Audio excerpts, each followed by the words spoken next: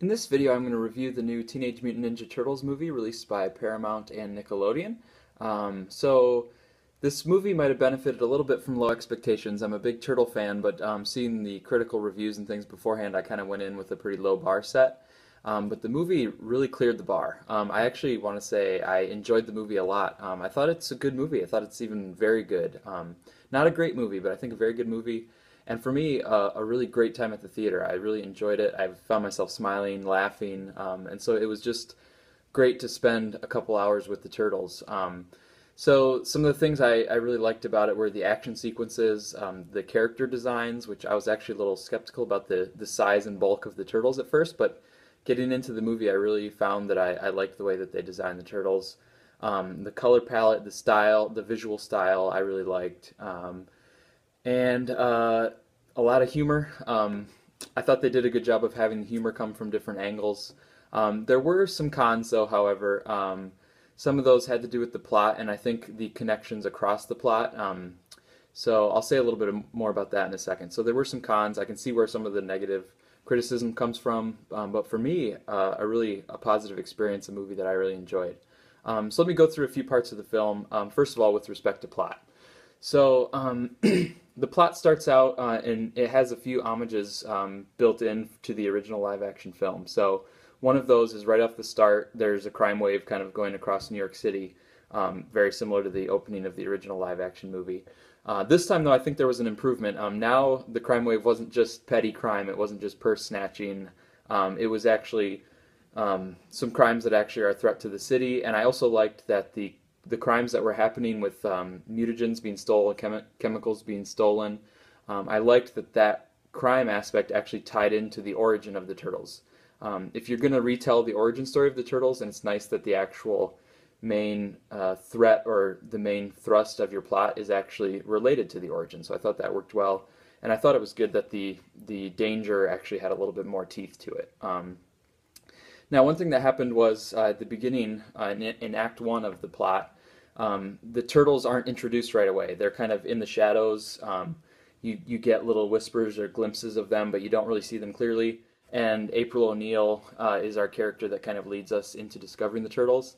And I see how that's meant to kind of pull the audience in. And it's also similar to the first live-action movie. But one result of that is in Act 1, we end up having the human characters being developed more fully, and we get more connected to the human characters. And we lose some time that we could have had getting connected to the Turtles. And so later on in the plot, when there's supposed to be these payoffs of being really concerned about Splinter, or these payoffs for, oh, the Turtles really came together to save the day, and they got over their individual differences, those didn't quite pay off as much as I think they could have, because in Act 1, we weren't really spending that time investing with the Turtles. We were instead spending that time wondering about the Turtles or having this mystery, and we haven't really quite seen them or met them yet. So that was, I think, one of the disconnects that made it so that the Act 3 climax, those payoffs, didn't quite hit home as well as they maybe could have. But a positive side to that was we did get connected with the human characters. I thought April O'Neil was much better than I expected from Megan Fox. They took her reporter aspect from the TV show, and they also used some of the elements from the current IDW comics where they had April actually involved somewhat in the origin of the Turtles, so I don't want to say too much about that. But I thought they used April pretty well, and I know Megan Fox isn't always the most likable person, but what was really nice was having Vern in the movie. So Will Arnett played Vern. He did an outstanding job, and one of the things that I think he accomplished in the movie was as Vern, they changed Vern from being kind of a mean jerk to actually having this sort of like attraction to April and this kind of relatable sort of male character. But one thing that was nice was Vern and Will Arnett had a lot of affection for April, which then we as an audience could kind of channel that. And I think for me, I found myself feeling better about April because I could see Vern actually having positive feelings towards April, so that helped me as well. But then the plot goes through some building, and we get some sort of mini climaxes. So we get the snow action scene. We get a showdown between Shredder and Splinter, which was great. And then building to the big climax at the end. And I'll say a little bit more about the action later. I loved the action, but I will say that the plot didn't quite hang together from Act 1 to Act 2 to Act 3. It sort of changed directions a couple times, lost a little bit of momentum, and then at the end where it was trying to have this emotional payoff, it didn't quite nail it. But overall, I think part of the reason that they made the decisions they did with the plot is they're trying to make this appeal to children, to kids, which I think is great. I think it's good if we can get the kids on board with the Turtles, get everybody in to see this movie. And so I think some of their decisions with the plot were to make it a little bit straightforward, a little bit sort of obvious, the villain, what's bad, what's good. But I think that's all right. It still can be a fun movie, and I think it's good to have a plot that 7-year-olds, 10-year-olds, 15-year-olds can all follow. I want to say something about the characters. So I mentioned a little bit about April already. I thought April was fine. Vern, I thought it was great to have Vern there. He also contributed quite a bit of the humor, which was great. Him and Michelangelo especially contributing the humor. But let me say a little bit about the Turtles themselves. So, like I said, in Act 1, we don't really get to see the Turtles. We don't really get to know them as much because they're in the shadows for, like the first 15 to 20 minutes. In Act 2, there is some really great scenes where we actually see the Turtles. They mutate. There's actually a shot that's almost like shot for shot, an homage to the original live-action movie where the Turtles are first mutating up from the ooze. But there's also some scenes, some flashback scenes where the Turtles are like adolescents, I guess, not quite teenagers yet. Those scenes were great, and those ones I think did build a little bit of a connection between the audience and the Turtles. Those were really nice. Another thing I liked about the Turtle characterizations was they really did make them teenagers. There were a lot of scenes where they were behaving like teenagers. They were behaving like teenagers who were brothers. I thought that was really effective. I'm glad they didn't try to pretend that they were in their 20s or in their 30s. They really played up the teenage aspect of it. And another thing, they gave each of the Turtles their own kind of personality, which I thought was nice. They gave them each their own look. And I should say, I think it's really important that they did treat the Turtles as teenagers, because one characteristic of teenagers is that they think they're invincible. They'll go into danger and just assume that they'll kind of survive unscathed.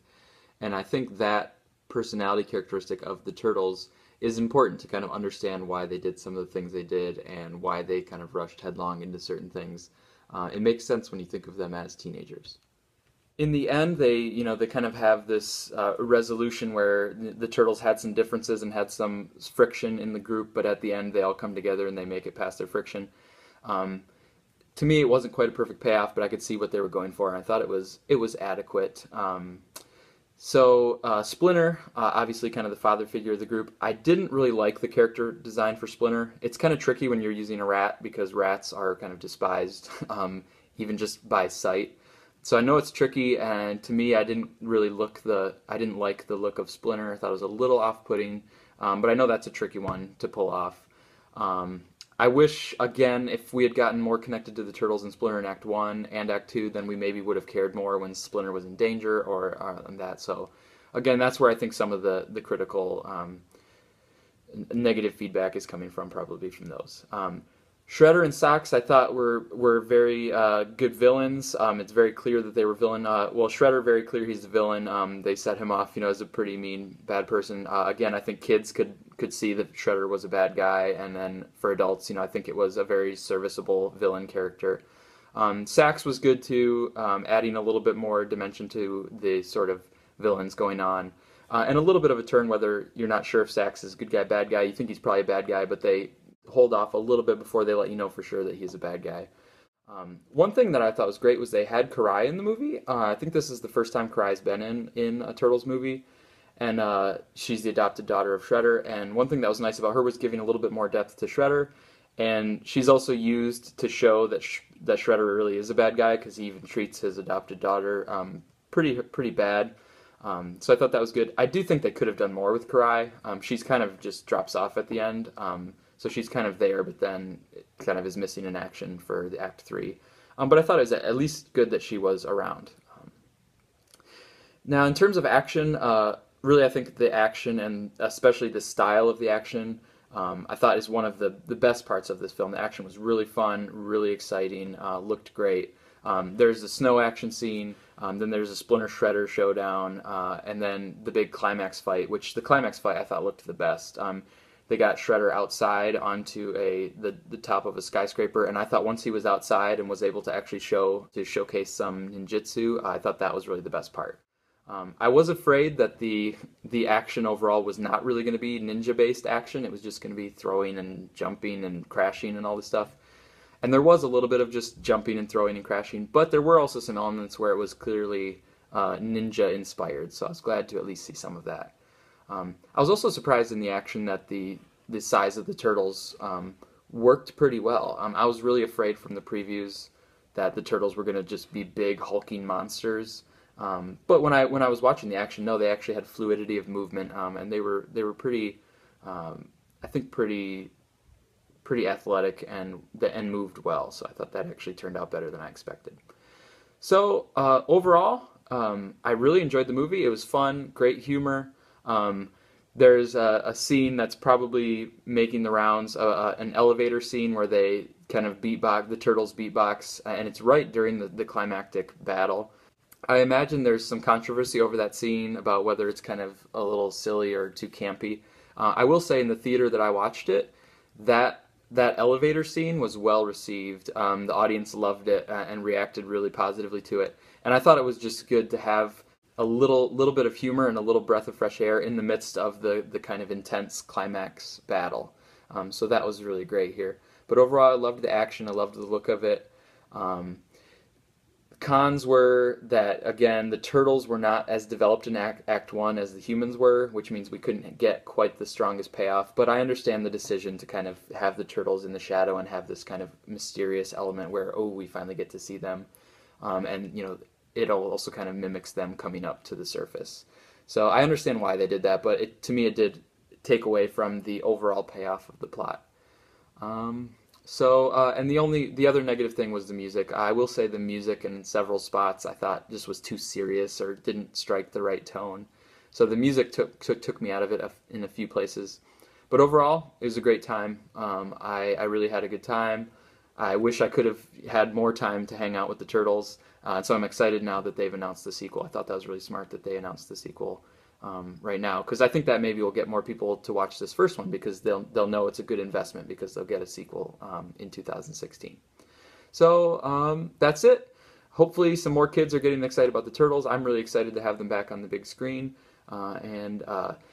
Check out my next review, which is actually of the current Teenage Mutant Ninja Turtles IDW comic series, which is an awesome, awesome comic series. It's been a great run from 2011 to now, so please check it out and check out my review if you're interested.